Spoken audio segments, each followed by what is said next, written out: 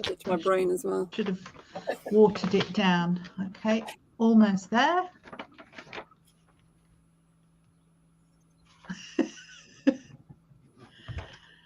Almost live, I think.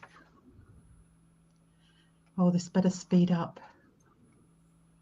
It says live on my Anyway, let's go. Oh, good. I'm the slow one. A very warm welcome to everybody attending this unique saddle fitting event. And firstly, sincere apologies as one of our presenters has had an emergency befall them today. But Bradley Whale has very kindly put his extensive work on his innovative new saddle design and brand new baby aside to step in for her to cover the postural perspectives and other things on these two very different saddle designs. So a big shout out to Mrs. Bradley Whale, who's holding the baby fort at bedtime for us, single-handed. And Jochen Schlaser has been making, designing and fitting a very wide range of saddles for more than 4 decades. So he's forever innovating. And last but absolutely not least is our very own PSFA member, Maria Score, whose preference has been to retail and fit Western saddles because they offer some fitting solutions that English saddles do not. So we'll be very intrigued by that. And myself, Caroline Lindsay, president of the Professional Saddle Fitters Association, and I've been studying and writing for my professional doctorate for 2 years. And my topic is lumbopelvic stability and pain in horse riders. So I'm obsessed with saddle fit for the rider that promotes effective equitation posture. And as the host, I'll be steering the discussion here and there. Ask questions at any time in the comments and we'll pause at intervals to respond. And Jochen's going to start. But one last thing, we've booked a stand at Your Horse Live in November. So do drop in and see what's going on the stand, because it might even be Bradley. Jochen, over to you. Okay, so I have prepared a presentation and you asked me to start, Caroline, and it's 20 minutes. Yes, please. And as always, I find there's never enough time to say everything you like to say. And sometimes it can veer one direction or the other and you don't get to the end. So I was hoping that you keep your questions to the end, or just like Caroline said, put it in the comments. And then I'm happily, after the presentation, answer all the questions. And let me start by sharing it. My screen.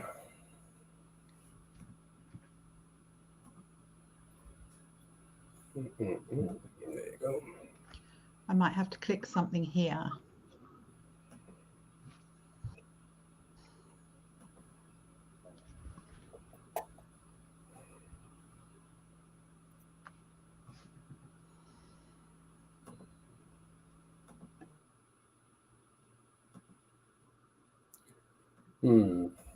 It's a little bit different than yesterday. Is that because it's Oh, hold on, something's changing. I've just got you on the screen now. I don't see your presentation so that I can click it. I got it. Yeah.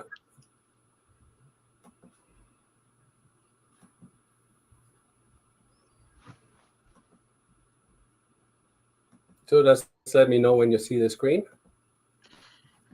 Yes, almost there. Should be coming now.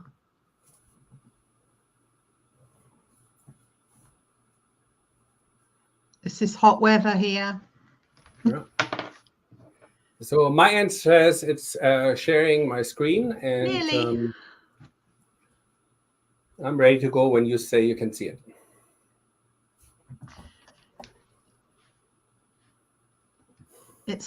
There we go. Off you go, Jochen. Okay. All right. I set myself a little timer to make sure I don't overrun. All right. So welcome, everybody. This is this presentation is how Western saddle can resolve the fitting challenge of the Western saddle, of the English saddles. But of course, before we know what is the English fitting challenge, English saddle fitting challenge, we need to dive in a little bit more. Let's ask ourselves some questions. What does the rodeo rider and the show jumper have in common? And is there a difference in the anatomy of the Western horse versus English horse, Western rider versus English rider? We have the horses back here, which are drawn on the simulator, and there are certain red zones we discussed in previous discussion where the saddle may and may not sit in order to stop hurting the horse. One of the 10 fitting challenges, because most of fitting schools contradict each other, confuse the industry and customers. We talked about this before. There's no guidelines. There's a lot of opinions versus science. And I think Bradley will definitely dive a little bit more into science and explain this a little bit more in detail.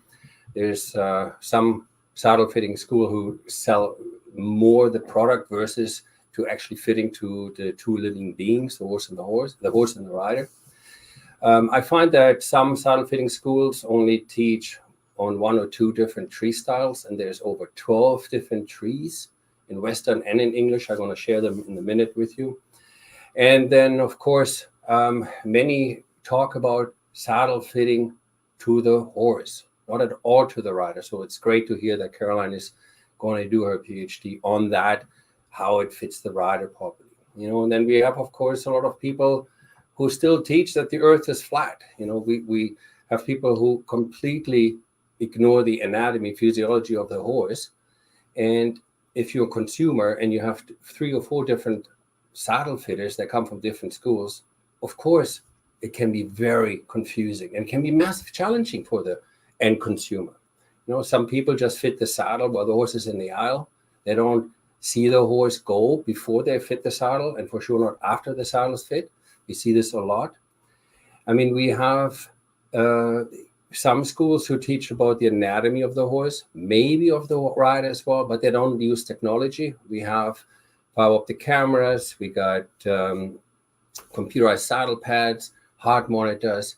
We now even have AI who can show us if the rider is in the right position. And we even have measurement tools, size of your credit card, what you glue on the neck or on the rump, and what measures how much the muscle really functions. Riding is such a subjective sport where we see people riding and say, oh, look how nice he goes. Oh, look how he's carrying. Oh, how much he's coming underneath and how it frees off the forehand. And people say, oh, okay, I don't see it, but I guess this rider says it does. I guess it does. So technology can show us exactly how much the muscle functions or not functions. We'll measure the waves. I don't want to get too much into those details, but I find there's way more ability to come to a one common saddle fitting language if we would use modern technology. Unfortunately, it's still a lot contradict. Some people just teach saddle flocking versus the 12 other possibilities what you can do to a saddle, such as what billet, what rigging do I use, and so on and so forth. And of course, in 1363, the Worship of Saddle Guild is formed, and you see it written. Main reason is to stimulate the English saddle fitting industry, and there's nothing wrong with this. But not every horse and every rider lives in England. And if you live in Europe or other parts of the world, it's great that stimulates the English industry, but how does that help me and my horse?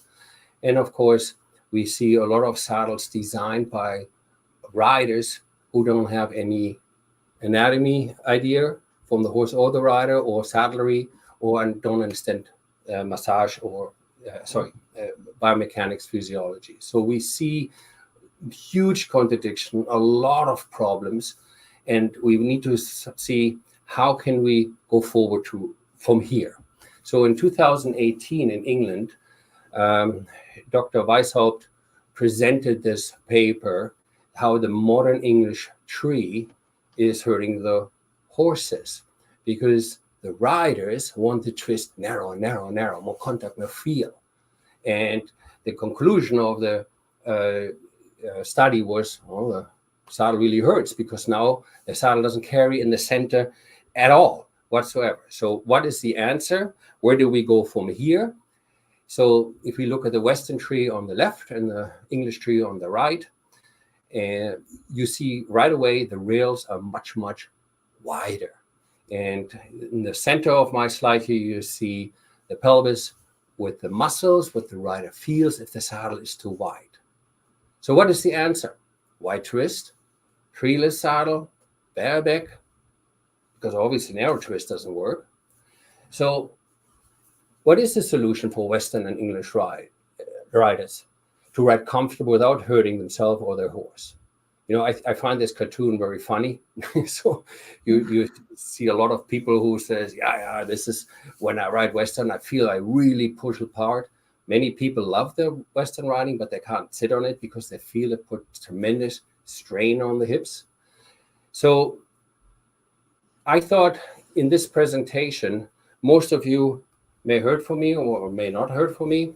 I'm coming from a background as a German certified master saddler. I also certified as an equine and saddle ergonomist, and I always rode horses. You know, I also wrote a book and I hold several patents. And what makes, I think, the big difference, I fitted saddles all around the world to over 260,000 horses. For me, I follow my parents' suggestion, surround yourself by smarter people. This is why I do this webinar with the speakers on hand. And for me, professors or veterinarians who dedicate their life to do no harm to the horses, who look into what are the signs for the horses, this is where I get my feedback rather than just opinions from people who wants to sell one or the other saddle. So if you look back, I mean, I don't want to go as far back as Xenophon, you know, when he taught his students 2,400 years how to properly train a horse. But if you go 400 years back, you know, the Spanish riding school to this day has you on the lunge line to learn how to sit properly, that you have half the weight, you know, and they're designed saddles way before the Western saddle came. And if we go with what their comment is and what the reason is to get the proper seat, is to sit soft, light over the center bounce of the horse and not driving the seat into the horse's back. So we have medical doctor, veterinarians who are writing books, what happens to the human spine and what happens to the horse's spine, body, long-term damage, and so on and so forth. So why am I sharing you all this? I think before we go into the saddle, we can debate forever what is the correct seat. But if we just go along for just a minute and says, okay, let's see what the old masters taught us, to sit light, be with the movement of the horse, as if you're standing, but you actually have the weight on your seat bones versus on your feet. And of course, have your sternum over the horse's sternum. You know, align your balance. And all of us who ridden bareback know there's a certain spot you want to sit and certain areas you do not want to sit. It's automatic. You almost subconscious mind know where you want to sit. So no matter if you go in English saddles or Western saddle, I think it's absolutely crucial that the seat fits the rider. You know, there's an old saying, no hoof, no horse. In the Spanish riding school, they could call it the no seat, no rider. And so there is Western saddles with split ground seats. So you can, after the saddle is made and it's written and sold to somebody else, or husband and wife team wants to ride, or the rider wants to adjust the seat a little bit because they're working maybe with a person who's very good in biomechanics and helps them in the seat, so they can change the ground seat. So the seat measurement is one of the most important, because we do want to avoid sitting the way these people sit here. Top left, this is a relaxed cowboy, and you see a lot of people who have ridden a long, long time with their head carriage way ahead. And of course, you have your show riders, and then certain varieties of dressage, beach rider, etc. People ask me all the time, what is a chair seat? So I put these pictures in the slides. This is how you sit when you're at the desk or you're sitting on the chair. This is something our ancestor says we do not want to do on the horse. All right. I think first we need to understand that saddles are made and fitted for different purpose and different horses. knowing how to fit the different combination is crucial, while understanding that the saddle can be the horse's back anywhere from any length of time. Racehorse versus an endurance horse, right? Or working horse versus a sport horse. So we need to take this in consideration, hence the fitting the dynamic horse. So what's the commonality between horse, rider, and saddle? What is the function and purpose and commonality? So if you look at the cross section or the tree on the right, which is the old medieval times, the tree base was very wide. Then you see the Western saddle still has very wide rails, and now you see the English saddles with very narrow rails. Hence, Dr. Weishaupt's comment when he presented that in England, 2018. So horses and human spine gives the structure, support balance, and saddle tree provides the same. However, there are some saddles who don't have saddle trees.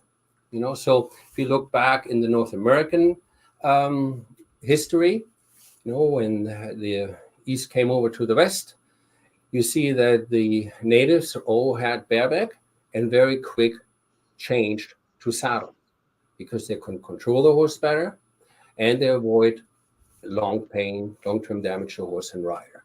So obviously, it's always more fun riding bareback, but if we look at saddle histories, there's a fellow by the name, Christopher Riza. He was one fellow who wrote the history chapter in my book, and he goes by the comment that man and horse have always worked as a team and worked to find the optimal and comfort for thousands of years. So here you see different types of trees. To the top right, you see now how narrow the rails are of some of the English trees. And then, of course, you go to the bareback pads, then changed over to treeless saddles. Here's a quick peek at the different saddles. I mean, there's over 12 different disciplines in English in the Western world, which the different styles of saddle trees and options, and the tree materials and design, anywhere from wood tree to flex tree to carbon fiber to a 6-part tree, and then in Western saddles you have the options on the trees with rawhide, with horn or without horn, because there's many baby boomers who still love riding, but they feel a little bit more secure in a Western saddle. But they don't want the weight. We know average the weight is quite heavier, so that's why we see some Western saddles with carbon fiber or adapt tree, which have the function like an English tree. So if we're interested to sell the solution for the horse, and we want to go to the topic of this seminar, how can we learn from the Western fitting? How can we help the English saddle fitting challenge? So if we look from the horse's point of view, we need to ask ourselves as the question, as an equine professional or amateur rider, do I want to learn this to sell better treatments, to sell better saddles and saddle fitting, from a vet to sell better prescription or a solution? Or if you're as an amateur, you wanted to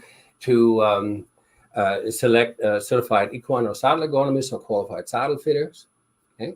Or find a school what is based on facts and not just opinions, or you simply want a saddle which can be adjusted ongoing for the rider and for the horse.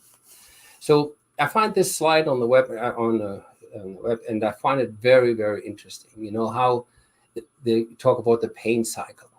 So many horses have, and humans have, either high pain tolerance or low pain tolerance, and that sometimes can hide a saddle problem.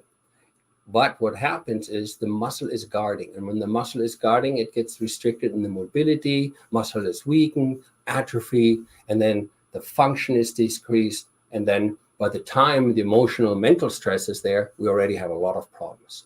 So if the solution for your riding horse, driving horse, or even if you just have a horse, was pet, I call it the 4-legged lawnmower, for the horse, isn't the goal to elongate their life without pain? And for us humans, don't we want to have a horse what is not in pain and in suffering?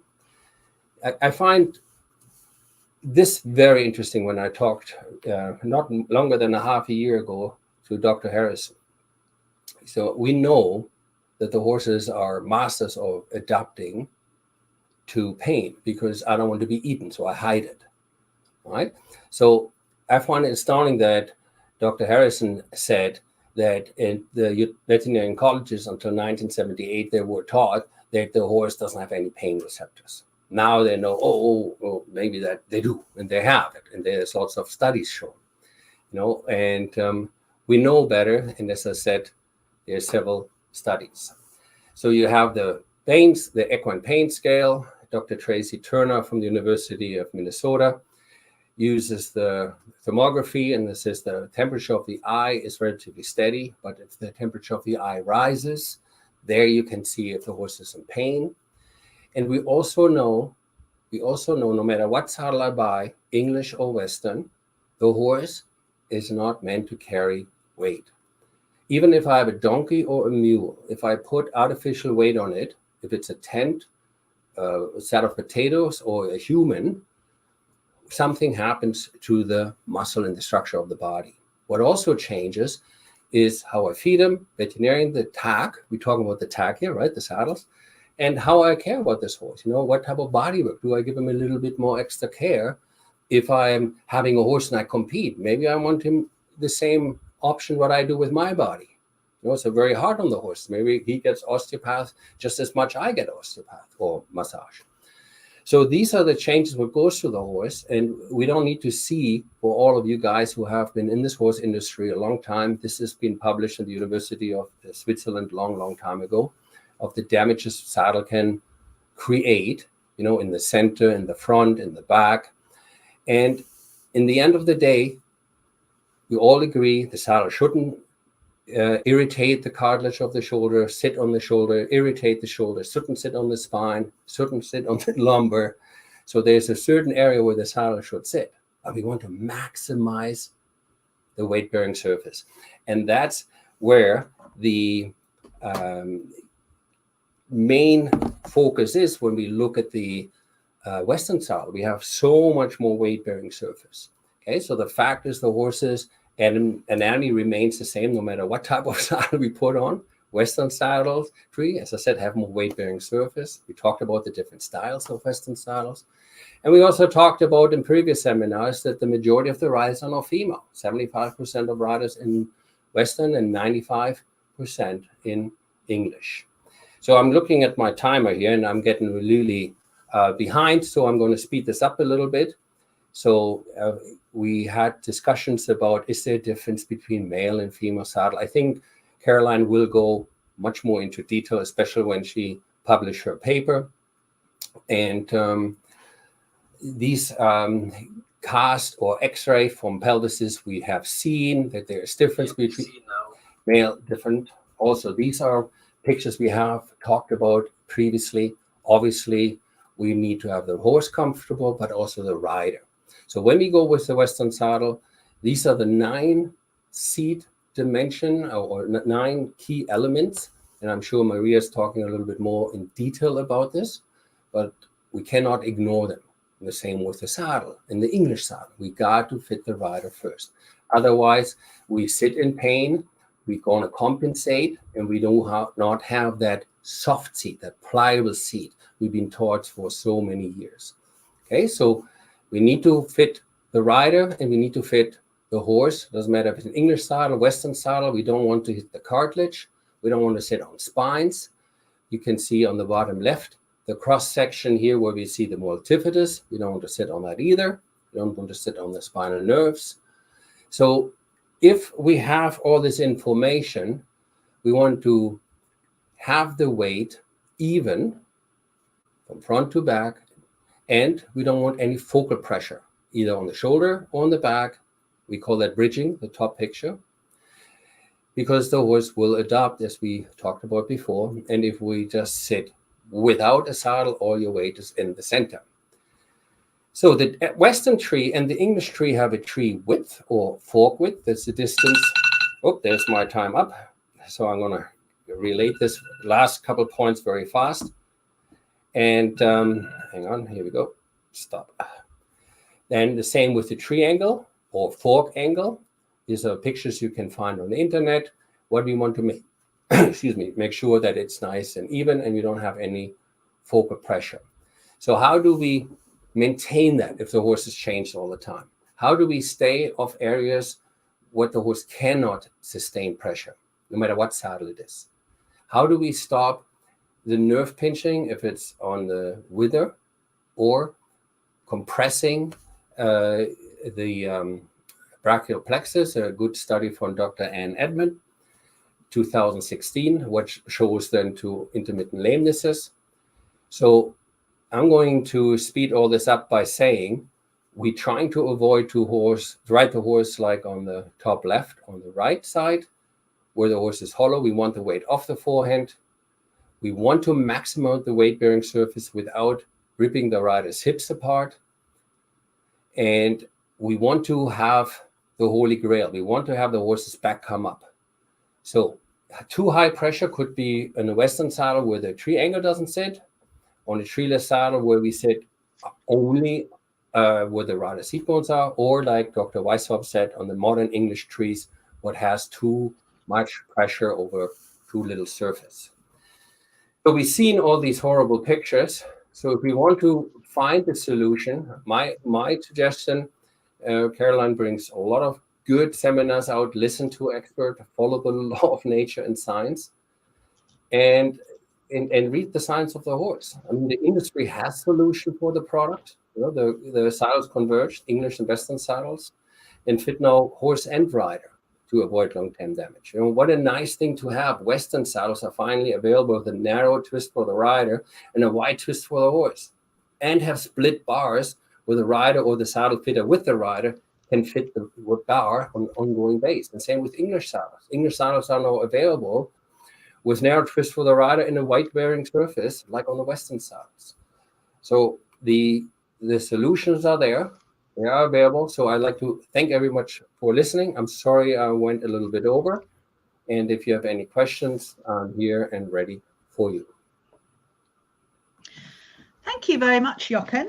That was very detailed. You mentioned, I just got a couple of points here very quickly that I wrote down. You said you touched on the rider, and to me, it's astonishing that riders are not prepared by coaches off the horse. So if you want to learn to play rugby, for example, the team is warmed up for practice, but that doesn't happen with the rider, really, apart from a minute or two of walking around. The rider is not warmed up.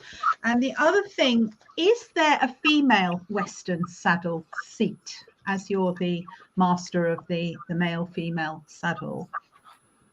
Yes, there is. And that is in the split ground seat. So here's a Western saddle, your typical rawhide tree. Okay. And you see some of them use tin. Most of them make the ground seat out of the hard leather. It's a very thick leather. It's what they use for shoes. Okay. Then you have Western trees this would be a flex Western tree. Okay. It's very flexible. Okay. So you can literally fold that saddle in half. Right. So it's different materials. There's a Western company here in North America. They make over 250 different styles, roping, team pinning, blah, blah, blah, right? And they also offer now light wood, heavy wood, solid wood, depends if you rope. But when a Western saddle is made, right, you normally can't change the seat. So now there are Western saddles where you can take the seat off and then you put a different ground seat on. You just loosen the contours. So these are available now. For example, I know for a fact that there are so many people who say, oh, I wish my husband would ride with me. And he doesn't want to ride in a foo-foo English saddle, no offense. But he wants to be a cowboy. He wants to be, man, I want to be on the Western saddle. So let's say they can only afford one horse and one saddle. How nice is it when they ride, one day the guy rides, one day the girl rides, they can change that seat. So we see this a lot. And we don't like to call this is your typical female seat, this is a typical Western seat, a male seat, because they change sometimes how they're born, how they're shaped. They find the different patterns. So you have 4 different ground seats, and even then, people shape and changes the form a little bit on it. I will show you this a little bit more in detail, because this is exactly what you study, isn't it, Caroline? Okay, thank you. Okay, so the other thing, the observation that I have is that the reason why Western saddles, I think, work so well compared with English is because of the pad thickness. You emphasize the pad, whereas we emphasize the flocking. So the pad is very much more substantial than for many English saddles. Does the name Monty Roberts ring a bell for you? Have you heard the name Monty Roberts or Pat Pirelli? Yeah. Okay. Yeah. So there are saddle makers who work together with Pat Pirelli or Monty Roberts, and they've been like the 3rd or 4th generation of making Western saddles. And when you take a Western saddle apart, okay, you will see there's the leather here, and then on the leather, the sheepskin. There's no flocking. So the Western saddle comes without pad, like without panel. It just have the pure sheepskin. It's understood that you put anywhere from 1/4 to sometimes 3/4 of an inch thick felt pad, wool pad, Navajo pad, you name it. Right. But on English saddles, you can't ride just on the rails. You can't just have leather here and sheepskin on here, right? You need a panel. What makes that wider? So the one, I don't know where I threw this here in my hectic setup. So when you're, where did it go? When you make a panel on the bottom of it, my master always told me, if you touch your thumb and your index finger very lightly, this is very soft. Yeah. If you touch your pinky and your thumb and push hard, this is hard. So you need to fill a panel like a steak, raw steak. So it's soft in the beginning and then it's firm in the center. If you fill a panel like a soft balloon, the rails fall through. The idea of the English saddle panel is you make it flat, nice contact on the horse, soft but firm. And that's very tricky, and that's very hard to learn as an apprentice when you make saddles. So that's a main difference. But as I said in my presentation, most people want more electric horses to win the Olympics. They want more thoroughbred. Okay, we have horses with shorter back. They're more sensitive. And most riders want it narrow, narrow, narrow, narrow twist. So if you fill properly where the thigh is, the rider complains and says, I don't like it. It's too wide on the twist. Hence the challenge, why you have this seminar and why we have so much problem with English horses versus Western horses. But I'm curious to hear what Maria has to say. Yeah, brilliant. I have an audience question, but I think I'd like to ask it when Bradley and Maria have, and also for the next summit, we are going to do treeless versus rigid tree. So that question's about Western treeless versus soft tree saddle. So I'll just leave that for later. Who wants to go next, Bradley or Maria?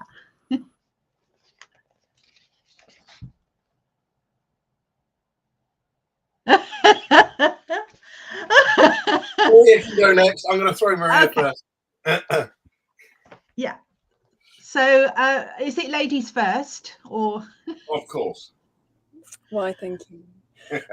So I just want to start with, I might get interrupted because I'm parked up in the New Forest and someone and his dog just came up to my van. So if someone starts talking to me randomly, I'm really sorry about that. Okay, well, I mean, I could have listened to Jochen's presentation for a long time because I'm sad you sped through it actually, because it was fascinating, really, really interesting. And Where to start? So, I mean, first of all, I have never done a presentation online before, and I have got a few videos and photos, but I'm not quite sure I've mastered the art of how to share them. So it might be more me talking than showing. I've been fitting Western saddles for nearly 20 years. I do some treeless too, as well as, treeless and treed, but treeless do not fit that many, and you need to be really careful, the riders and the horses you're fitting. So that is another topic. But what I've seen over the years is generally horses' backs are so much healthier under a well-made and well-fitting Western saddle. They're not getting the atrophy. We're not getting the saddle slip. We're not getting the behavioral issues. We're not getting the atrophy. They're just overall, the issues are so much more limited. When I speak to English fitters and I hear the ongoing issues that English fitters are having with their clients and their saddles, that it just doesn't happen. It's so rare. So I don't have a huge experience of fitting English saddles and flocking. I do get to check English saddles when I go out. If a horse has an English saddle, I always ask to see it, but I don't flock, and I can see if it fits or doesn't fit, then I refer on to an English fitter. And I really, what clients have found is when they've transitioned from English to a Western, and sometimes these English saddles can be very well fitting, from my experience, is the horses often are less spooky. Their heads are much lower, they're more compliant, they're safer because they're more comfortable. This overall, and I always check horses' backs for soreness when I go and see a client and their horse, whether it's the first time I've seen them or the 5th time I see it, I always check. And I was taught by a physiotherapist, and I don't check the whole horse. I literally just check the saddle area and a little bit behind the lumbar area and hindquarters. And what I've consistently seen is that if horses are fitted with saddles that are too long, they're sore. They're sore in their lumbar area. We should not be fitting any saddles, including Western saddles. The weight-bearing part of the Western saddle should not be longer than the last rib. The skirts can be longer if they're not weight-bearing, and if the tree fits properly, they should be coming up and away from the horse in the lumbar area anyway. So they should not be gentle weight-bearing. They can cope with. Main weight-bearing, they really can't. So that's a huge part and a huge bone of contention with Western saddle fitters, because so many of them believe it's really okay to fit long saddles on horses. And in my experience, it just isn't. Horses do not like it. Often when saddles are slipping, from what I've seen with English and what I've heard from clients when they've had English saddles, they're slipping due to shoulder imbalance. They're slipping due to rider imbalance. They're slipping due to poor fit. And if a rider is an unbalanced rider, if they're a disabled rider, with a Western saddle, so it's not with a Western saddle, it is the imbalance is diluted more because it's spread over a bigger area, which is why I think if a rider is unbalanced, or the saddle or the horse has one shoulder bigger than the other, it rarely seems to impact horses that I see. I always fit the wider shoulder anyway. And I use the pad like we would use flocking in an English saddle. So I tend to use sheepskin pads, and I tend to use shims in them to take up the space. I tend to fit a bit wider than the horse actually needs, but follow the angle. So I don't fit wider. So if you have the shoulder, the withers and the shoulders like this, I don't fit like this at all. I follow the angles, but I take the gullet wider. So then I use shims and pads to take up the extra bit of space. So if the horse should gain weight, we can take a shim or two out. If they should lose weight, we put a shim or two in. Now I was going to talk about the shoulder imbalance. So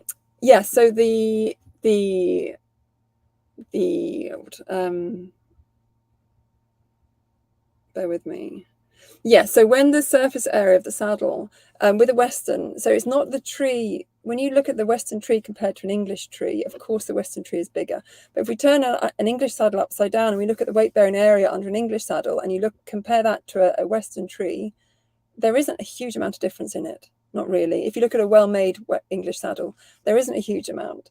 So over time, what I realized is the skirts. If you have when the skirts are a fair size bigger than this tree on the saddle, that is when you have the weight distribution gain.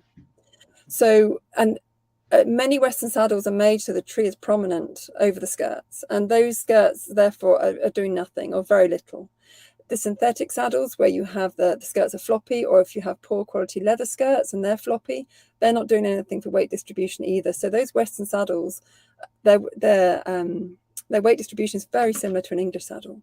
So the only gain really is when you have a Western saddle where you have the skirts joined on to the English, where you have the skirts joined onto the Western tree, and it's pretty much seamless underneath. If you feel underneath, you can feel that there is very little change. It can be very difficult to feel where the tree stops and the skirts start. And when they're of good quality leather, that's where the horse gains from the weight distribution. And it spreads it over a much greater area. And this is where I found there is an English, one of the companies I use, they've started doing an English Western hybrid. As nice as the idea is, the skirts are small, so it's not much better than an English saddle. So in my experience, it's the skirts, this spreading the weight by the skirts that do peripheral weight bearing, which seems to be to benefit the horse. It's not just the tree at all. One of the companies I use, they have nearly 500 different shapes of tree. So, and they can do alterations on them too. So that really also helps make sure that the horses can be fitted really accurately according to their shape. And I have also found, I remember I did attend a day with Jochen years ago. I was actually pregnant 7 years ago. And we had discussions on the day about English and Western fitting, and I think we agreed on many issues on it. And just how horses generally seem to be more comfortable with a well-fitting Western saddle, as long as they're not too heavy, as long as they're not too long, and as long as they fit well. I have a number of clients that ride English, and a client sent me videos today of her horse before she had her Western. So she rode solely English, and she sent me a video of her doing a dressage test where the horse scored a 59. And now, about a year later, she rides 50% in her Western, 50% in her English, same English saddle, I believe. And she's now scoring 73, 74. And I saw a video from before and after. The horse is so much happier. He's moving so much better. And I equate Western saddles to be more like a pair of comfy trainers. And English saddles are a bit more high heels in comparison to a Western, in that they can, again, this is just my experience, but I really do see a huge difference, and clients experience a huge difference in transitioning from an English to a Western. As long as they fit. What else? I've done that. I found that I did do English fitting to start with, not for long, maybe for a year. And I found that English riders were, like Jochen was saying, much harder to get happy. They're much harder to be happy in the saddle. And I found Western riders, and I don't know if it's just the gratitude of there being so few fitters in the country, they're so grateful to have a Western saddle, but they seem so much happier in the saddle. You know, the complaints you get about rider soreness or discomfort are so small. I mean, hardly ever. And the occasional time I have had something, it's always been fixed easily. So that is also something that I've noticed a difference between English and Western, is that they do seem to be much more comfortable. Another difference I found with English saddles, often you have the panel and then it kind of ends quite abruptly. Like you can see, if you didn't have a number on the English saddle, you could see that saddle panel usually or often digging into the flesh of the horse. You know, you can see where it's settling and nestling into the fat and the muscle of the horse. And again, the Western seems to skirt over the top of it far more, again, because of the weight distribution. And also because the tree doesn't end abruptly. You know, with the Western, they tend to gradually dissipate in the amount of pressure. Yeah. I think the other thing I do with Western now, I do far more than I ever used to, is I fit with bare trees rather than with the saddles, because I can see and feel and demonstrate to the owners so much more clearly what I'm looking for and what I'm not looking for, and why one tree fits, why another doesn't. And also because I'm fitting with trees, I can see and feel really clearly more in the gullet and under the fender bar, and just which you just wouldn't get to see and feel if you're fitting with a tree. So that's another area that's really helpful. I have a client, and I have a great client who had a beautiful horse who sadly had a field accident less than a year ago. And this was a cob, 15-hand cob. And he was 17 or 18 when he died. And the lady had had him for a number of years. And she rode, for me, because I often question if we should be riding them, because they're not designed to be ridden. And the damage that often is done to them, or the pain that they're in, and like Jochen said, they hide pain. They really do. And she's an older rider. And I think I'm guessing mid-60s. Lovely lady. And she would ride up in Ulverston in the Lake District. So she'd go up and down mountains. So this proper, this pony worked hard. And she would do 5 to 10 miles on this horse 5 times a week. So a high level of riding. And I went to see this horse, and he had, 3 years after they had a saddle from me, he had one of the nicest backs I've ever seen. He had no soreness, older horse, heavier rider, older rider, doing some serious mileage, and his back was magnificent. And that gave me the confidence that actually we really can be riding them, as long as we are careful and mindful of what we're doing, and conformation comes in, and there are a lot of factors to it. It's not just saddle, but he incredible. I have a photo of him. I just don't think I can share it, but I did get a photo. He's honestly incredible back. What else? How they changed shape was really interesting as well. I'd just like to share about this. So with English saddles, and I've been on English saddle fitting courses, and you're told how the horse changes shape an awful lot. And under Western, so when I started doing this nearly 20 years ago, I went out to check. I recommended my clients have me out to check their saddles as per SMS guidelines at the time, which I think was around every 12 months for an older horse and every 6 months for a younger horse. I know it's changed now, but back then that's what it was. So the first number of years, I diligently go out and check the horse's saddles, and nothing was changing. Nothing was changing. The saddle still fitted great. Maybe you might need to change a shim or two in the pad, but in general, nothing changed. And so I saw, it's only theory of mine until, many years and lots more experience. I saw a Connemara gelding, and he was obese. He had fat pads. He was very, very tanned. And they had a saddle from me at the time, and I couldn't fit it wider, because the widest tree they did at the time was, they couldn't get any wider. So we had to fit quite a slim pad underneath. And about 2 years later, I had a phone call to say that he'd changed shape. So I went out to see him. They asked me to go and check. So I went out to see him, and he was unrecognizable. He had a liver disease, so he dropped so much weight. His hindquarters were angular. His spine was prominent. His shoulders were prominent. He'd really lost so much weight. At that point, I didn't weigh tape, so I don't know how much he lost, but he lost a lot, unrecognizable. And I put the saddle on him. And again, up until this point, it was theory. But I put the saddle on, and sure enough, the rib angle followed his rib angle still. His shoulder angle still followed the shoulder angle still, but he'd lost all the muscle and fat. So the saddle would have dropped right down, but the angle stayed the same. So we got a different pad with long shims in to make up for his lack of back muscle, and front shims in to take for the shoulder muscle, and the saddle fitted him perfectly. And this is something I've seen now consistently, very regularly over the years, which makes me think when horses are changing shape more under an English saddle, and again, it's only theory, it's only my opinion, I've got no research to back this, but it's something I'd love to look into more, is the higher pressure of some English saddles, and it depends how often they're ridden, the rider, blah, blah, blah. But it's causing, the high pressure is causing atrophy, and that's often causing the changes that horses are experiencing, which then causes saddles to not fit so well. And the other possibility I've also considered is that, I think like Jochen touched on, because you don't fit the English tree to the horse usually, so the tree wouldn't necessarily mirror the horse's angles. So then you have a wool flock. If you have a wool flock panel, and if it's like he says, if it's not flocked properly, you get an interaction between the tree that's not fitting the shape of the horse, that's not mirroring. So the flocking starts to move. So people think the horse has changed shape sometimes when it's the flocking that's moving. So those are just the things that I've come up with over the years, because I have a different area of experience. The majority. What else can I say? I think that's kind of me for now. If there's questions, I welcome those. But without a nice, pretty presentation, I think that's me for now. No, that was intriguing. Thank you very much, Maria. My brain is just buzzing with this.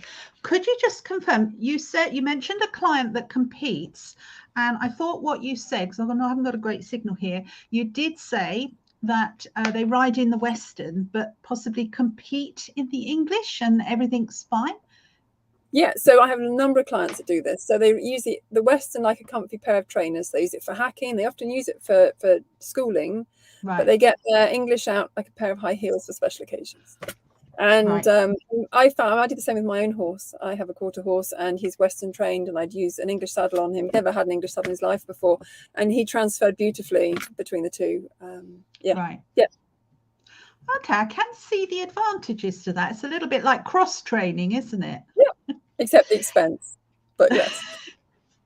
And the other thing, what's the default position, very quickly, in a Western saddle? Is it more chair seat, or are we getting that more standing, kneeling position? Because Right. you know, this is. No, go on. Sorry, carry on. We see Western saddles, we see Western riders, and we see it a lot more sort of relaxed and chair seat. Whereas, you know, have they become more upright? So every saddle that I sell, I give the client the option of an equitation seat, which sits them in a more aligned position. Some people take it, some don't. Mm-hmm. But again, from my experience, if the saddle's fitting well, because it spreads the pressure so much more, that in my experience, because I always get, rather than have clients have me out to check the saddle every 6 months, every year, was what I used to do. I'd much rather than spend their hard-earned money on a damn good equine physio to check their horse a few times a year and flag me if a physio picks up on something. And I also encourage them to take photos regularly to check for balance, etc. And also observe the horse's behavior. Like, that's one of the biggest learnings for me in my journey with this is observing horses and their behavior, because as much as I like to think I try to know what I'm doing, the horse has to wear it. And so the horse's behavior to me is their communication, and it's so often shut down as seen as naughty. And so I try and encourage clients to, you know, if they pull faces when they're being girthed up, they're not being marish. I mean, mares get such a bad rep. You know, they're usually in pain, because I've seen so many horses now, once they're comfortable, all that behavior disappears. Sometimes on the day I'm there, it's just vanished. Sometimes it takes a few days or a few weeks, but it can go so fast. Definitely giving us lots to think about here. Right, so and the other thing I just wanted to throw in an observation there is that I've got a horse movement simulator at home, full size, and that's fascinating, because I'm finding that riders cannot balance mediolaterally, so this way. So it's almost like I want to see them in a tractor seat, because you know, it's very difficult to correct this angle in the rider, because English saddles, they just drop away, and I'm thinking femur hip joint support there, whereas a Western saddle gives them that support. Okay, we said that maybe it's a bit too wide, but at least it doesn't drop away. But riders find it very challenging to balance this way. Back and forward, not a problem, but I don't think, and this is not seen unless you actually stand behind them, but obviously I look at my screen for the graphs and things. It's very difficult to detect by eye, but I think that's a big problem with English saddles. Well, difficult one to get right. I mean, I can only give feedback from what I've had from clients, and they always say, I think, I'm just trying to think if anyone hasn't said, I think every single feedback I've had has been, when they've gone from English to Western, that they feel so much closer to the horse, because you are sat closer to the horse, and they just feel so much more stable and secure, like you're saying, because the seat is wider. But I have had a few clients which had hip issues, and to my knowledge, from what I can recall, even those, you know, I've spoken to the saddle makers, because I'm not a maker, I'm a fitter. So I have spent time in Germany years ago. I need to go back again to the factories again to see, you know, to observe new technology, etc. But they have been so much more comfortable, and they have been able to put more of a twist in or help because if the horse is wide, it needs a wide tree. I mean, there is no getting around that, and I will not compromise the horse for the rider, you know, because it doesn't work. The horse just becomes in pain, then it becomes dangerous potentially, and then people get hurt. So it doesn't work. You have to put the horse first. And the rider then will automatically do okay, well, within reason. There's certain things need to be put in place for the rider too, but the horse must be comfortable and it mustn't be compromised. Yeah, this is looking, these Western saddles are looking a lot more attractive, but it's brilliant to be able to prescribe them for one rider or another. And they're getting lighter. I mean, I did have one recently without a horn, and it weighed 8 kilos without stirrups and no horn. So, it was an endurance Western saddle, so that it would add a bit extra, but they are getting lighter. I've actually picked up some English saddles now that are heavier than Westerns. Brilliant. I see a whole other summit here. Now, Brett, thank you very, very much, Maria. Definitely, we definitely want to pick your brains a lot more. I have a whole stream of questions here, but again, I'd like to wait until Bradley has had his input as he's working on designs and going through that all the time at the moment. Oh, yes, definitely. Right, so do you want me to present my bit? Yeah. All right, okay. So obviously I came in a little bit last minute, and obviously a little bit last minute. I got told at 10 o'clock that I could do it. So I apologise for my presentation. It was basically knocked up from about 10:30 till about 2:30 this morning. So it's not the tidiest of kind of presentations from me, but hopefully we kind of delve into a little bit of a side view of when we look at the comparison of horses and riders, Western and English / European style saddles. So when I got that brief late last night, I kind of went in a very different direction, apparently, compared to everybody else. So we're going to have a bit of a history lesson with me. So I apologise.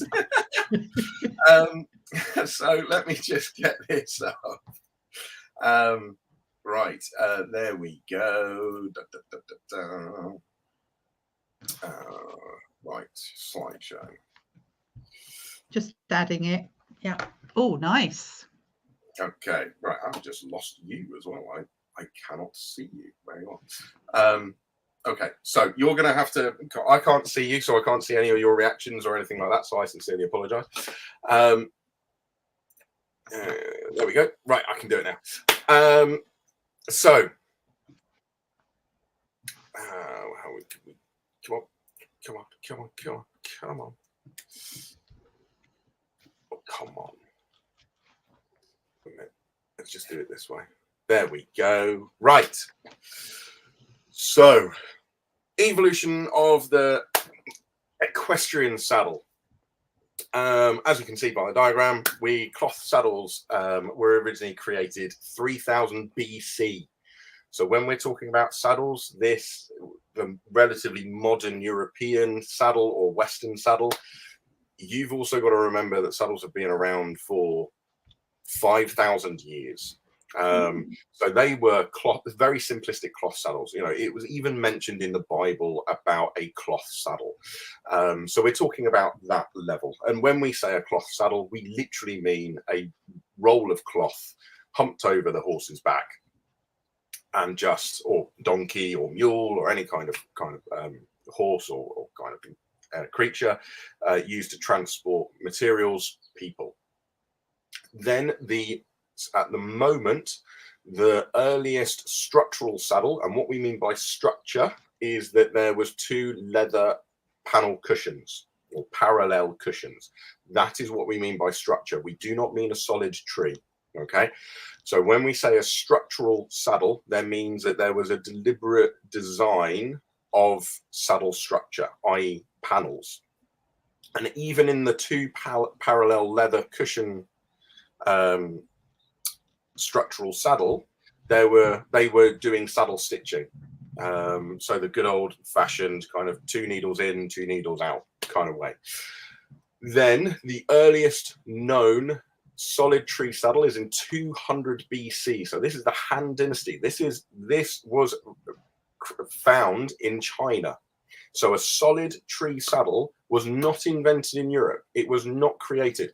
There is no kind of indication. There was indication to solid tree saddles after 200 BC, but the first or the earliest solid tree saddle is found in China 200 BC. The Chinese are fantastic inventors, and they are attributed to basically creating the stirrup bar, which is interesting. And then obviously that then, with trade and various things like that, started to really kind of proliferate into Europe and across the wider world. There were various innovations between all of that, which I do have, but I couldn't put it all into one diagram because it all gets a little bit complicated, because there's various micro inventions and kind of deviations. If you look at it like a tree of evolution, it's very, very beautiful. It's actually something which I'm trying to create in my pastime, because I think it would be quite fascinating for the industry to have a tree of evolution saddle industry, or the saddle.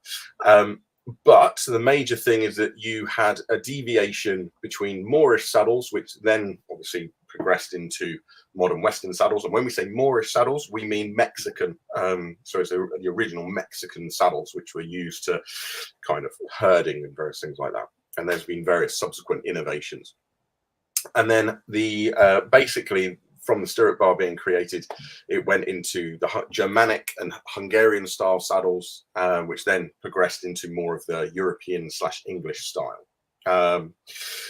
Now, there's been various subsequent innovations from that as well. So we're talking, when we're looking at the kind of Hungarian style and the Moorish saddle, you know, we're essentially looking at kind of 2nd and 3rd century and moving forward from there.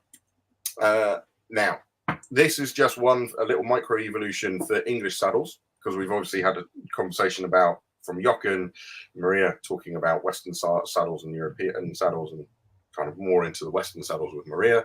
So I'm going to go a little bit more into the micro evolution of the English, where we've gone Hungarian saddle, and then in 1382 we had the creation of the side saddle. And then obviously that went in parallel with a medieval military saddle. Now, the reasons why we state a medieval military saddle was because at the time, saddles were designed and more heavily influenced by war. And with wartime innovation, created different requirements upon the saddle. So when we're talking about medieval military saddles, we're talking about knights in armor, we are talking about spears, we're talking about all of that type of element. Now, from that, you had a specific jousting saddle for a specific purpose. And those are quite beautiful when you look at them, and they're quite fascinating when you actually look at the design and the various requirements which are in a jousting saddle when compared to a normal medieval military saddle or a modern military saddle.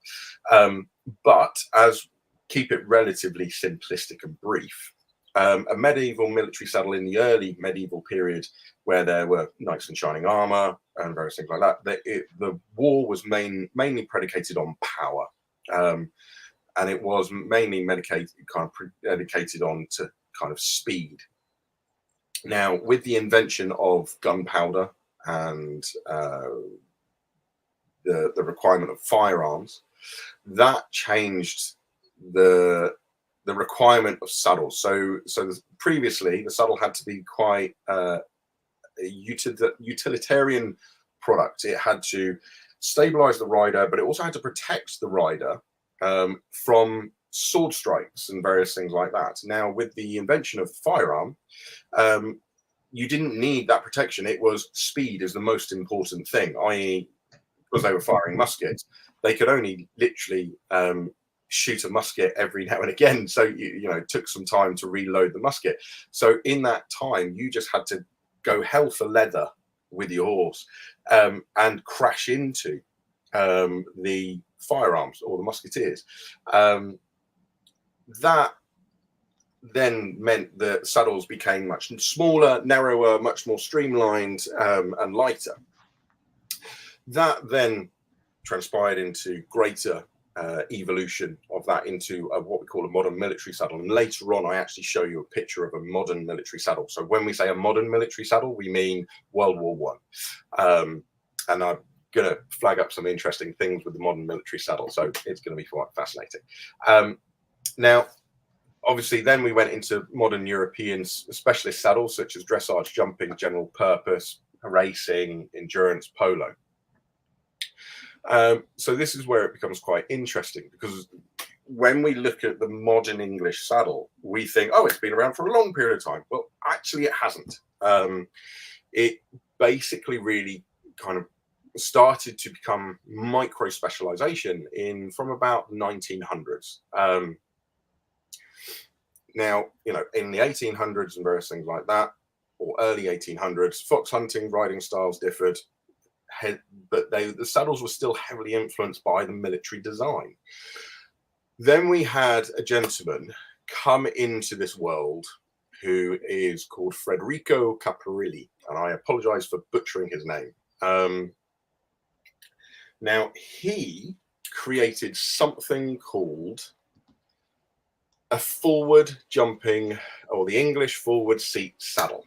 Now, this is he basically created a jumping technique where the modern jumping technique, which you and I completely see as normal.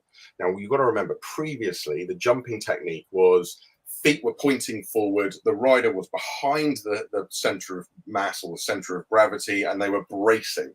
So the horses were always being socked in the mouth, they were always being yanked and pulled around. Now, this gentleman, Federico Caparilli, he created this English forward saddle, seat saddle, which meant that the feet were then suddenly bent. The rider was then moving their weight and their mass out of the saddle and then back into the saddle on the landing phase, and so on and so forth. That predicated the evolution and that basically started the whole process of modern saddle or European saddles to evolve. Because essentially he was going to the Olympics and he was showing people off and doing kind of shows, and he was jumping higher and better, and the horses were just much more well behaved, and it was much more fluid, and people started to follow this. But he was still doing this in a military saddle, so you've got to remember. Now, then in 1952, women started to compete in the Olympic equestrian events, which really started to shift the kind of emphasis of saddlery from military to more civilian. So previously in equestrianism, especially at Olympic level, it was always men who had to compete because women were not allowed. Then the introduction of women, the military saddle was not fit for purpose for them to the same degree. So therefore, you started to begin this shift. And what you also then had, and this is something of a bit of a curveball to the industry, in the 1970s, that's when we really started to change and play around with horse breeding. So previously, we used to have saddles, especially in the European styles, which were more kind of designed for specific breeds. And then in the 1970s, we started to really kind of play around with horse breeding, and we really started to really hone into what the personality traits or the requirements which we really wanted from our horse, better performance or longevity, endurance, power, speed. And we started to really kind of pick into those. That then meant that there was a rapid kind of growth or change of the horse in terms of their physical structure. This then meant that the saddle had to evolve. So that then sped up the process of saddle evolution and innovation. The difficulty is the saddle is always a step behind. It's that kind of gazelle cheetah dynamic. One is evolving and the other one's basically trying to evolve and play catch up. So we have this process going on. Now, the thing is we've been now doing horse breeding for the last 50 odd years. And if you go to high performance level horse riding or anything like that, you generally look at these horses, they're all kind of looking quite the same now, and the anatomical structure is all kind of becoming a little bit more uniform. So are we now at the next level and the next stage of equestrian evolution, where, especially in European style saddles and various things like that, we're going to get a kind of a tiered effect of horse breeding, which affects saddle design, innovation, so on and so forth. That's an interesting discussion to have, not necessarily here, but it's probably better to have in an evening over a glass of wine and really start kind of chatting away, rather than a kind of presentation. So you may hear me talk about stirrups and stirrup bar positioning and like that. And there is a great stirrup bar controversy, which is in academic circles. It is not what you think it is. It is more based on the hypothesis that how the stirrup basically created more of a feudal system within the equestrian, within Britain and within Europe. It is not actually really to do with stirrup bar location or stirrup bar design or anything like that. It's just talking about, did stirrup bars cause or initiate a feudal system within Europe and the UK? Now, what's interesting is there's a lot of people who are arguing for and against and all of this type of thing. And what's interesting is actually, if you look at modern reenactments and archaeology of the stirrups which are provided, they actually provide very little benefit to a mounted lancer rather than a cantled saddle. So a saddle, I should have drawn this up with a image of what I'm trying to explain.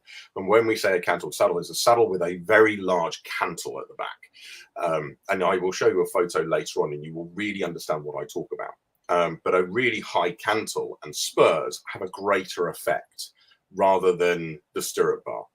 And this gentleman, Richard Alvarez, is a bit of a leading kind of bigwig or academic in terms of history and medieval technology and development and various things like that. So it's quite interesting to sit in and listen to these gentlemen kind of talk about, kind of how equestrianism affected the world to a degree.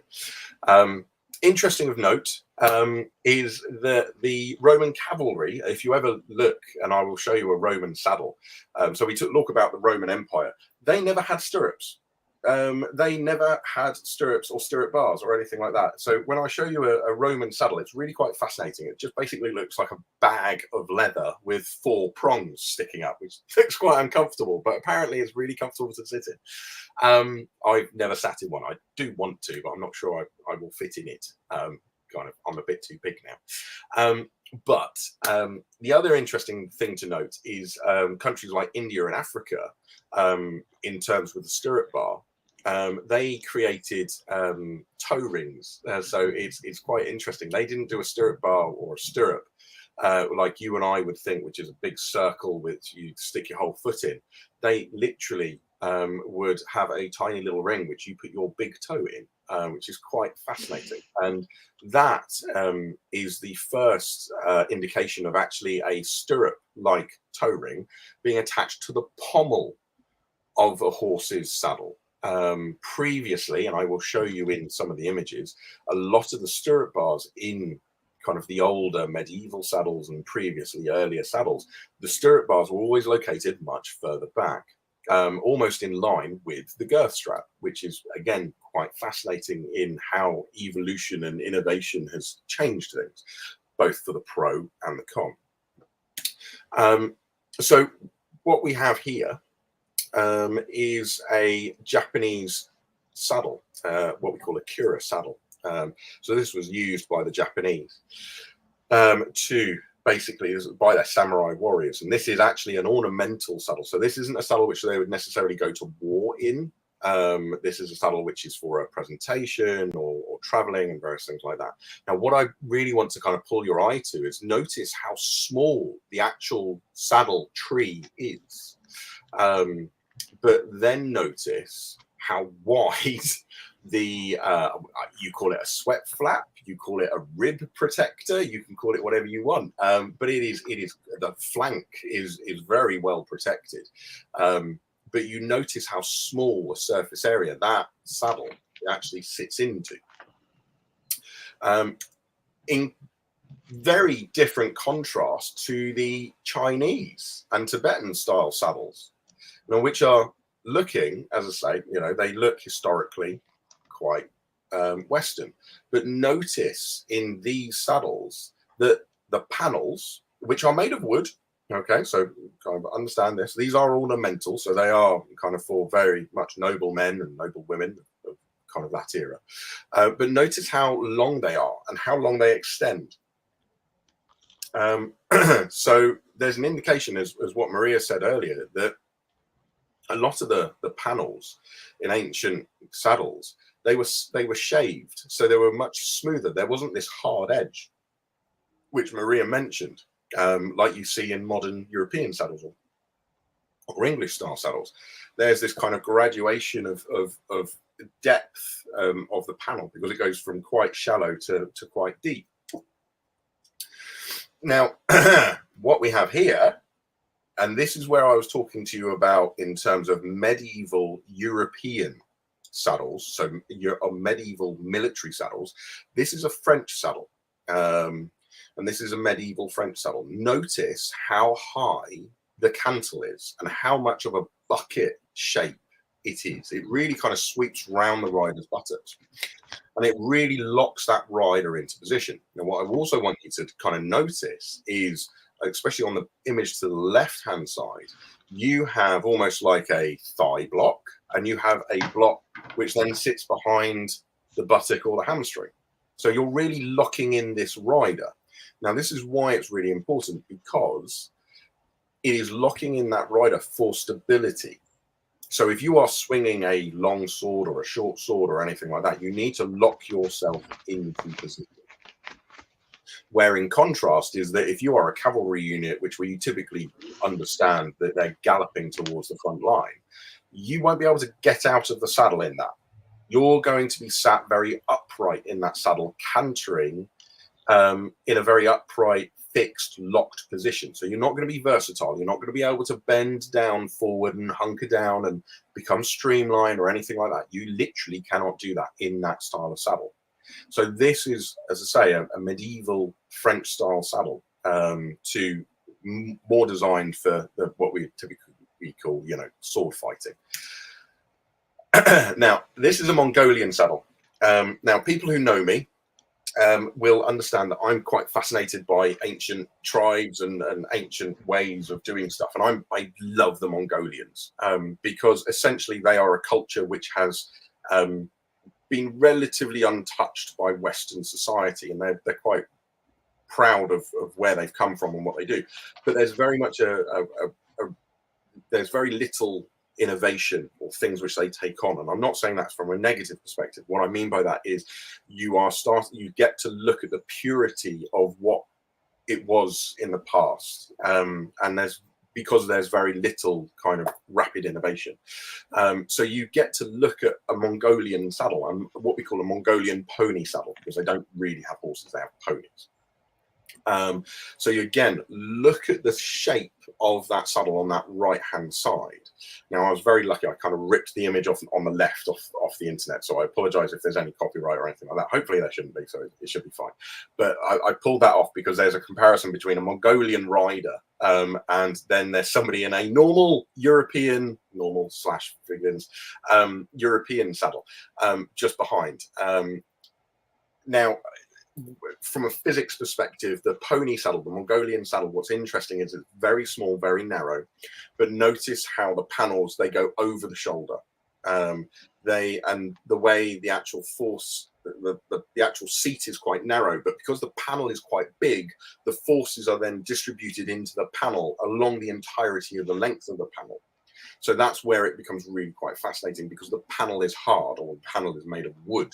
It distributes the weight of, even though it's quite a small focused area, because the panel is rigid, i.e. made of wood, it distributes the load and the force over a wider zone, which is quite fascinating. Now, as I say, if you look at the image onto the left-hand side, you can see a Mongolian rider in their pony saddle. They're quite upright, but they're sticking their bum out the back, and their body weight, their chest and their head is over forward and is just in front of the shoulder, or kind of above the shoulder. Then you look at the European style rider behind, and you can see how their pelvis is much more forward and they are much more upright. So their shock absorbing system is very different. You know, on the Mongolian style, he's sticking his bum out. So what's happening is his knees and his hips are all acting as micro shock absorbers. Whilst the rider onto the left-hand side, she's quite upright. So what's happening is then she's expecting the saddle to act as a shock absorber. Could be a different style, could be due to the way the camera was taken. It could just be that particular image, but it's quite fascinating when you actually look at those two things in just a snapshot, and it literally is a snapshot, so it cannot be relied upon for further or greater analysis, but it's just interesting when you start to have a look at it. Sorry, can I interrupt you there? Yeah. Bradley, just for a moment, because we're going to lose Jochen. We did say we'd finish at 8, but I think a distinction to make here, which is a question that Jochen can answer, is that nowadays we've got the modern horse with the tiny little back getting smaller. Is it that the Western saddle allows the scapula to pass under the panels of the Western saddle? Do you ask me this question or Bradley? Sorry. Yes. Jochen, please. Okay. Yeah. I'm worked in England with a company called Cliff Barnsley. They were over 250 years old. And I made a saddle there for the parade called the drum saddle.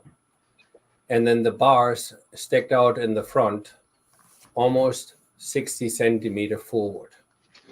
And just like the Western saddles, or like Maria said, the front bar and the back bar meant to flare up. So when you put your kitchen, your blanket, your guns, your provisions, your whatever you had to carry when you drive the cattle from A to B in the Western saddle, these front bars, there to take the load, but sit on the saddle support area and do not put any pressure on the shoulders. Just like when I was taught by Oliver Martin, who worked over 60 years. I mean, he was back then, I think, 80 something.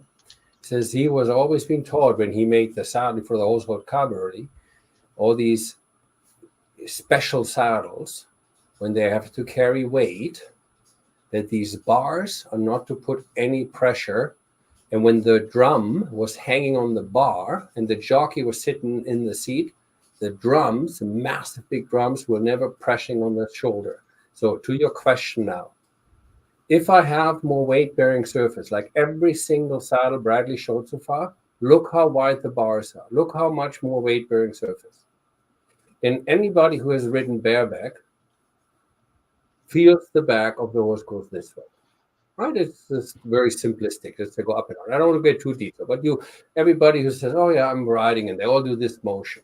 So if the horse steps up and the back gets pushed up, we call that tree lift.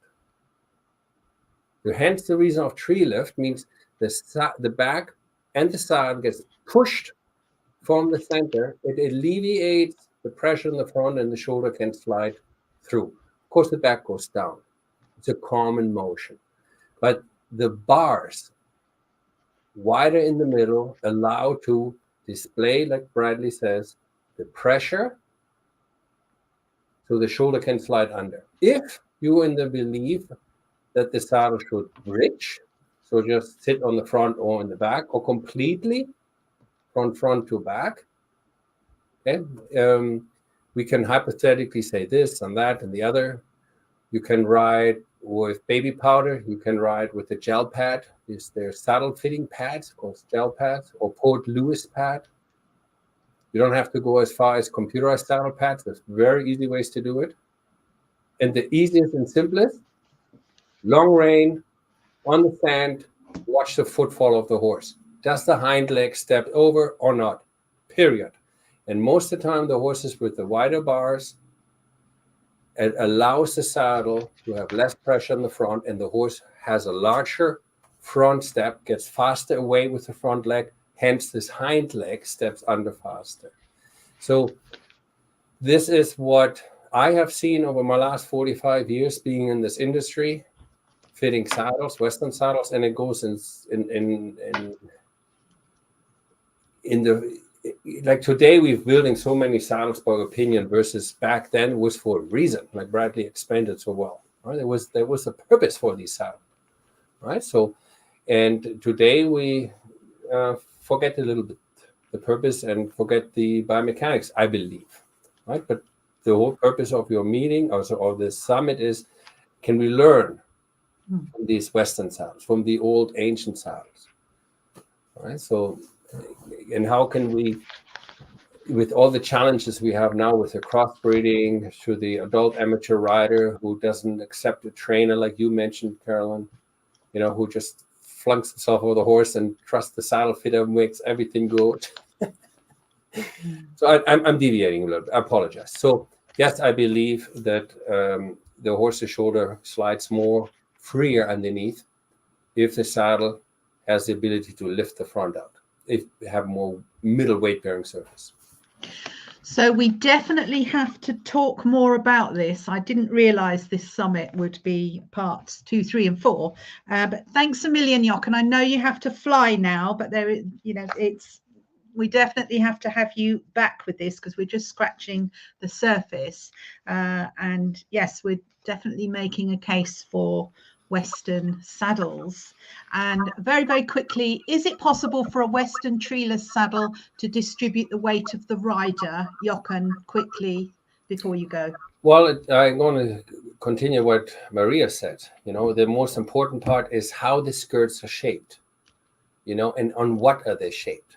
So they actually get stitched while they have that form, and they pre-form it. So it needs to be very, very, very strong, rigid leather, which then displaces the weight over much more area. So then you have one with the other. Now all of a sudden we have extra weight. We got all the saddle between our leg. So it's really hard to get the cake and eat it too. So right. I think this is a topic in itself. And you mentioned you might think about it. That's the next one. Yeah. And I think it's a reason why military always looked at saddle. How can, like Brad said, make my horse go faster? Can dodge a cannonball, can avoid the enemy, and if my horse shows more endurance longer, I think people would stay to the more simplistic way of non-tree saddle. But tree saddles are there for that reason. We've seen it in history.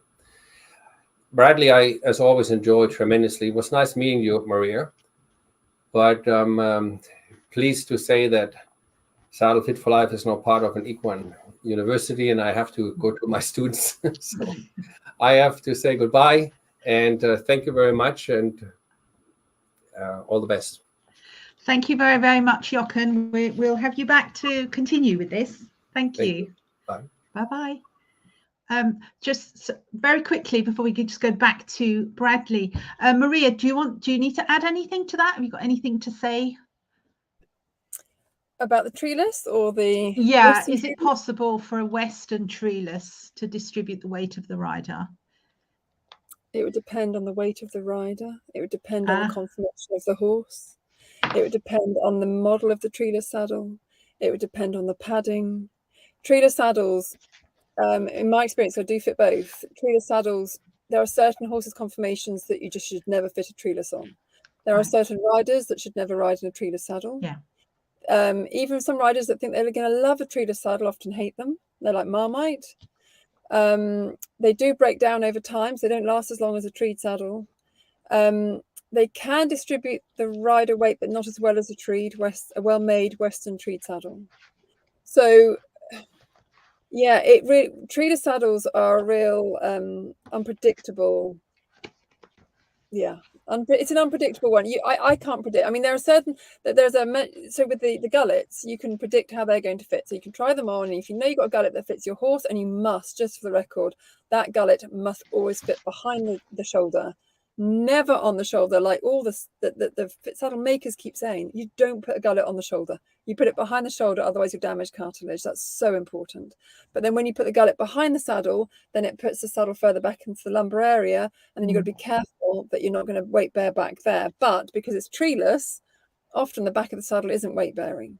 So it's something that you really, it's not something that you can, I mean, sadly, treated saddles got this reputation, they fit everything, and then they got a bad reputation because they really don't. And there are certain parameters that need to be fulfilled, and also they can be unstable. So there's a lot to go on with treated saddles. It's a big discussion, not a quick one. Yes, we're definitely, that's definitely on the cards for next time. So thank you, Maria. Bradley, I think I know where you're going with this, with your saddle evolution. Certainly with my studies, we need more stability in the lumbopelvic region, but we are just suspending the upper body without any spinal support. So it can only come from the pelvis, the connection with the lumbar, which is a massive problem, which I think is why we've got the back pain. But there is no support in a saddle for the back. So I'm loving what you were explaining there. Now, I did say we'd finish at 8, but... Yeah. I apologise. I've kind of overrun again. No, that's okay. I'm just thinking of you and baby activities. Oh, don't worry about that.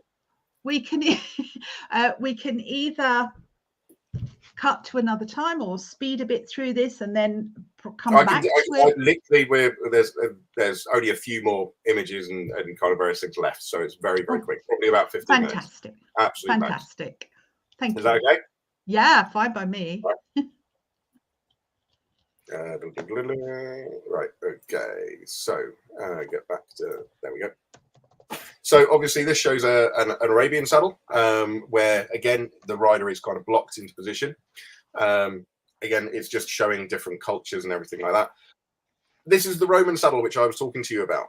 Notice that it basically looks like a leather bag with 4 quite sharp protruding things which could be uncomfortable.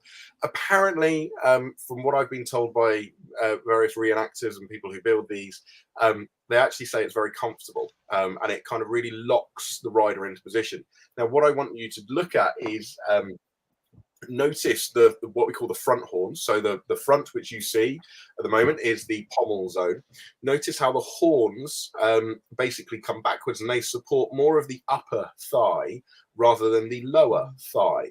And again, if you look at a lot of these old medieval ancient saddles, a lot of it was all about locking in the pelvis and the upper kind of thigh rather than what has characteristically happened into more modern European saddles is trying to block or have thigh blocks which are much lower down. Now, the reasons why they do that is more because of the aesthetic value rather than the actual functional value. Now, this is a modern military saddle. These are saddles from the 1912, 1916, so they're a mixture of different saddles.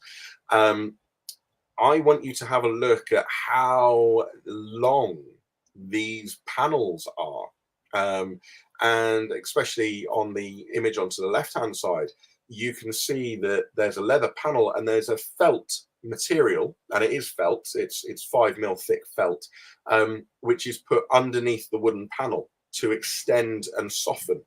Now notice how these panels are essentially scalloped at either end. They're scalloped at the back end and they're scalloped at the front. So they're kind of like skis is the most polite way of describing it. And I have been reliably informed, because I'm a bit of a nerd and I know a fair bit about military saddles, is that the reasons why they did this was because of the undulating kind of floor or kind of earth which the horses were galloping over. Rather than locking the saddle into position, they wanted it to kind of rock and roll slightly, so that when the horse was scaling a mound or kind of descending a mound, then different zones of the panel were taking on different loading mechanics. And these were commonly fitted beyond the 18th rib, which is quite a hot topic. And these were also then extending beyond and over the shoulder. But as what Maria has just said, is that the actual gullet bar never went beyond the shoulder blade, but the panel, as you can see, the panel extends further forward, and because it's slightly flared, it would extend over the shoulder. Now that's quite interesting in terms of its design. Now, I don't know if you can pick up my cursor, but you can just see this zone here And there is a corresponding zone at the front as well on a lot of these saddles. And I'm going to say something which is a little bit not controversial, but those little zones, they are very reminiscent of what we call the reactor panel. And now I don't know if many people within this industry or this kind of presentation have met or dealt with reactor panels, but they're fascinating little designs, and they do work. There's one or two issues with them, but they function fantastically well. But they're very similar to what you have in these military saddles in the early 1900s, which is quite fascinating in and upon itself. So to clarify and to kind of slim things down, ancient saddles previously were fitted over the shoulder, and what Maria's obviously said earlier is modern saddles avoid this. They butt up to the shoulder, or they kind of try and move the saddle back away from the shoulder to try and give it space, whilst the ancient saddles, they actually encouraged it to go over. So it was a much smoother rotation of the shoulder rather than a kind of almost a rotation back and a butt, which can happen. The placement of the forward stirrup bars occurred when cantle sizes reduced. Now, this is because I'm going to show you a jousting saddle. So that is a jousting saddle, everybody.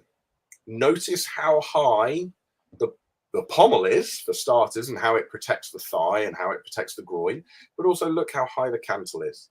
So the cantle is basically going all the way up to support the buttocks and sweeping round to fix and hold that rider in position. The stirrup bars are located just in front of the rider's pelvis. They are not located further forward. The saddle is actually quite small. The actual structure of the saddle is actually quite small. So when you had the placement of the forward stirrup bars, that's when the cantle size was reduced in order to help counterbalance the rider. You couldn't have forward stirrup bars and a high cantle because all of a sudden all of the weight was being pushed forward. And it also created a smaller center of gravity or center of mass. And if you create a smaller center of gravity, then you require greater stability. That is the way physics works. You can't make something smaller and then you have to provide greater stability. Where previously riders could brace themselves against the cantle, such as in jousting, and the stirrup bar became extremely far forward, coinciding with Federico Caperilli, and the jumping technique. That all basically meant that the cantle had to reduce, had to drop, had to become more streamlined. And that's the reason why what we have now in modern saddles is a very different interpretation of kind of military saddles and kind of how the saddles have evolved. Think of it as kind of a massive bend in the evolutionary tree. Now, when we say, is there any ability to compare between Western and European style saddles? They perform vastly different functions, and they do. You've just got to look at the functions. Now, when you're starting to look at the function of a Western style saddle, stereotypically, which is used for cattle ranching, that is its function. When you are looking at a dressage saddle, its function is only for dressage. It cannot be doing that. But there are pros and cons between the differing styles. And as we found out today, longer skirts and various things like that, they help with weight distribution, as we kind of said. And a last point is, as controversially, does the requirement of the shoulder room to move? So do we actually need to provide the shoulder room to move? Or by moving the saddle further back, are we creating more problems? Or do we actually do something which the Western style saddles do, which is have longer and larger panels to go over the shoulder and extend over the 18th rib? Do we start actually taking a leaf out of their book? So yes, that is it. Now there we go. Stop screen share. Now I've got to do a video which can basically show how European and English style saddles and how they are designed, and the comparative difference between what a fitter is asking a saddle to do and what a saddle design is the thing. I've got to do a video of that, and when I do, because I've already done it privately, but when you actually see it in a video and we mark it up on Pelvic Structures, you'll see that there's a massive kind of issue going on within the equestrian or European style saddle kind of thing. That's going to be quite funny because it will change everything. It will change a lot of people's perspectives or understanding of saddle fitting and saddle design. Yes, yeah. We've definitely got to come back and analyze some videos, because I've certainly got some interesting ones, just having the simulator and the rider right next to me, and the rider in pain right next to me, and the difference between the two. I've also got a military saddle, so I can hop on and test that and tell you how it feels for the female rider. Yes, I bought that nice antique to have a go on it. And also, just one more really interesting question here from Dorothy. How much do you think that modern riders need? The need for narrower twists is a red herring in terms of how a saddle actually enables the side-to-side stability that I was talking about. Yeah. Who's going on to that one? Do you want me to start with that one? Yeah, go on. Okay, well, it's relatively simplistic. If you have a narrow twist, then you actually create more instability within the lateral movement. So if you actually have and do what the Western style saddles do, which is go wider, you create greater mediolateral stability. So there's the difficulty is in modern equestrianism or modern saddlery. A lot of it is fashion. I'm just going to be really honest and really, really blunt. A lot of it is fashion. Like, it's really frustrating because it's you look at the products and you go, right, okay, what's the functional difference? And it's very minimal, and you suddenly go, well, it's just because it's pretty. And it makes it look good and it's aesthetically pleasing. You know, as you can see in a lot of the old ancient saddles, they're all designed for functionality. They can be dressed up afterwards, but the primary function is functionality and then prettiness. So yeah, it's you take a leaf out of the Western saddles and you go, right, just go wider. You control that mediolateral instability. Okay, yes, if you go laterally wider, you then introduce more anterior posterior instability, but there is a very beautiful zone where you go right from too narrow to just wide enough, and you get both posterolaterally anterior and posterior stability, and you then get medial lateral stability.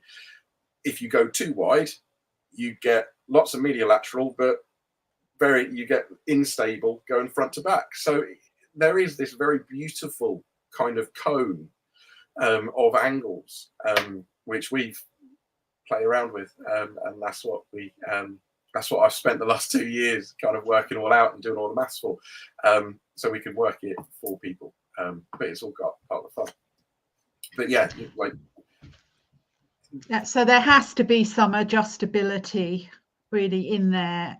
There has to be some evaluation of the rider, and I mean we're not quite there yet. I mean, obviously you're streaking ahead with this, but it is definitely something that I have flagged up as a massive problem, and the rider can't deal with having to balance mediolaterally and the brain saying, hang on, we need back to forward as well. They can't. It's very, very difficult. Well, in therapy, there's something called the Trendelenburg test, which is basically a way of getting a rider to just pick up a leg. Basically, you get them to act like a flamingo, and then what you're observing is basically whether their pelvis drops, and that tells you a little bit about whether they're stable, but that shows whether there's a massive weakness in medial gluteal medius or maximus and minimus and various things like that. So you can do that test kind of, and there's no issues there. But it doesn't give you the finite. It tells you if there's a big problem. It doesn't tell you if there's the micro control, which you would need for mediolateral stabilization. So yeah, you can, any fitter can do that. Any fitter can say, right, okay, can I just get you to stand on one leg like a flamingo and just hold it there for 30 seconds and then just do the other leg. And if you suddenly see this pelvic drop, you go, you're weak in your glutes. So then you can either support it or you can say, right, go off and do these exercises. That comes down to you. But yeah, it's quite fascinating little kind of way to address these things. But yeah, that's just a thing which, Caroline, when you were saying about the mediolateral instability, I was like, well, you could do a Trendelenburg test. I know it's not finite, but it might help as another layer or way of assessing and see if there is a correlation. And I'm thinking along the lines of what you're trying to do is to shim the rider. So we shim the horse in fitting, but I think there needs to be a lot more shimming riders, and there's a whole expertise around that. And also just bearing in mind that a lot of riders are thought to be seated more on the left seat bone, which I have found. Maria, is that something you've seen? Is it that if you give them a wider platform to sit on, that they won't collapse? Or is that anything you can comment on, or anything you want to add to what Bradley said? Because we really need to think about wrapping up now. I've got a couple more questions. Well, I all I can tell you is rider feedback, and people just seem really happy. The issues I hear when I've been to English saddle fitting days, I did a 2-day English saddle fitting course. It wasn't to do saddle fitting, it was to do more biomechanics and so on. And all the issues, I was the only Western fitter there and probably about 20 odd English fitters. And just so many of the issues that English riders report to their fitters, I just don't get. And I'm open to learning. Now, we're the eternal students. We never stop learning. So I'm always open to feedback. I just don't hear any of this stuff. Just doesn't, So there's definitely a market for something in between. Definitely, Bradley. Okay, so I really think that a lot of riders just say the words, I want a narrow twist, without really understanding what this means or how a completely different shape might work better. So yes, fashion. And I think also up to now, the Western saddles as we know it haven't really maybe not suited the female English market and what we do with the horses and the breeds we've got, which is what was mentioned earlier. And I need to talk with you about an experiment some friends and I did, sitting on a wide variety of saddles and scoring them on how they provide connection and support under different areas of the seat. Yeah, bring it on, we'll do it. But Caroline, the previous comment you made, do you mind going over it again? Just go through it again, please. The previous, as in the narrow twist one, or the experiment?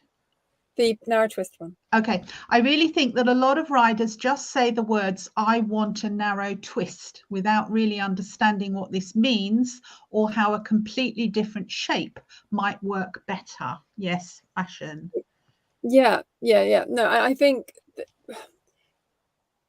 narrow twist is something I don't hear very much of with Western, other than when I have clients that have pelvic issues that cannot sit on a wide saddle, and often these clients have a wide pony.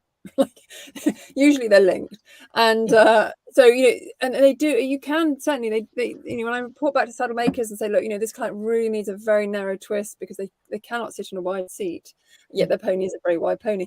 So we again, don't compromise the pony. The pony must have his wide tree, but I think every client has so far that we've had to try and narrow the seat a bit for them. It's worked beautifully. It really has. It's worked. The seats are different, of course. You do have a flatter platform. So, that's it. Brilliant. Oh yes, WRT, shimming riders, watch this space. Shimming riders, it just makes so much sense. I'm pleased to report that up until a few minutes ago, we did not lose any viewers. Yay! Which means they're absolutely riveted by this content.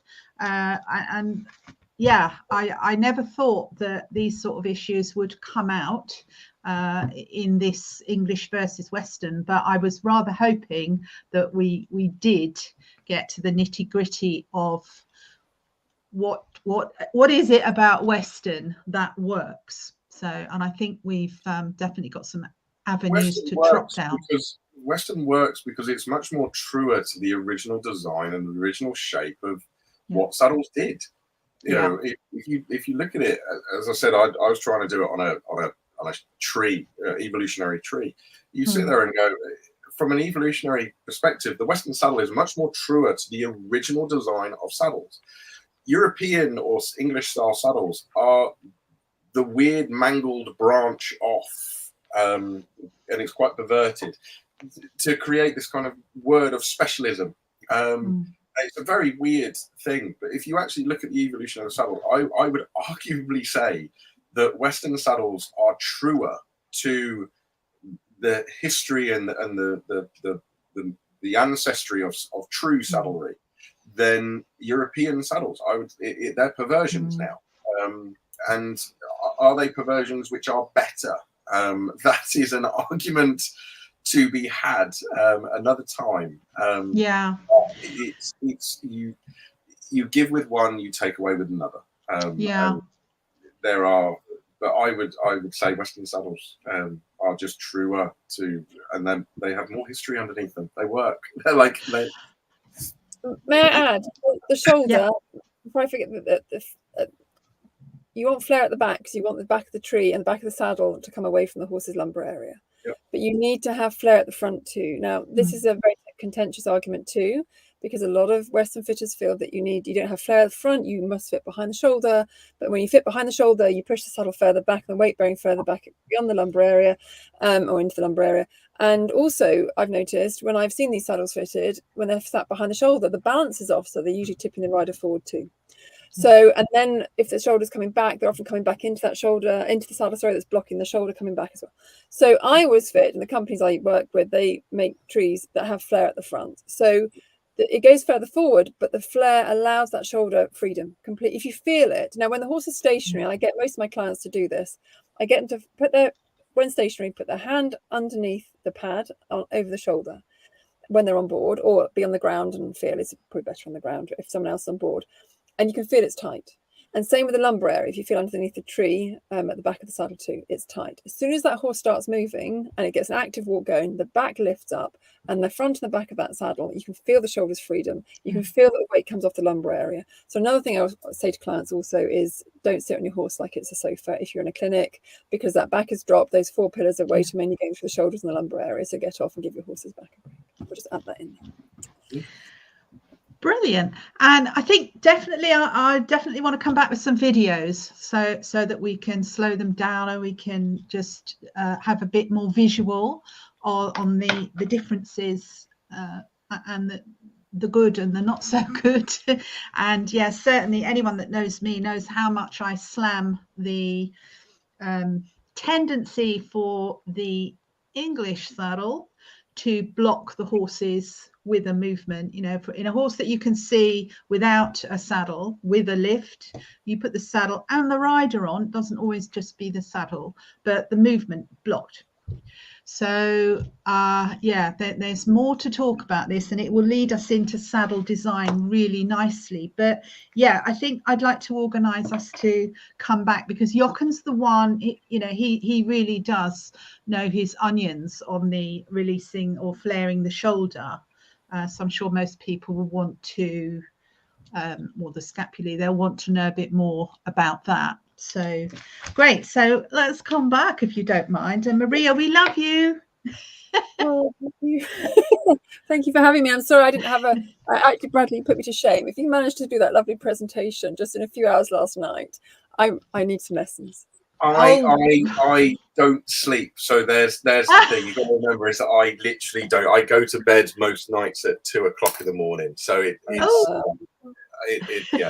tonight I will, after this, I'll have a cup of tea, and then I'll sit down and do some more work. So, yeah, I'm workaholic, unfortunately. So, Yeah. Well, I'm in awe of your presentation skills.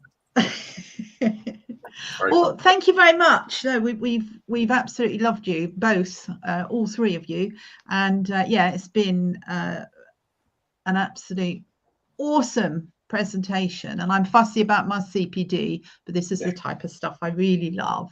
And yeah, great thanks from everybody, and really interesting, and so on. So yes, so we'll let you all go. So thank you very much for everyone watching, and thank you very much. and thank you so much, Caroline, for organising. Oh, my absolute pleasure. Thank you. And thank you, Bradley, for joining us at such short notice. No problem, don't worry. See you soon. Okay. Are you okay, Maria? Yeah, no, it's good. Yeah, go. All right. Thank you. And thank you, everyone. I will end the stream now. End stream. Thank you all, says Dorothy.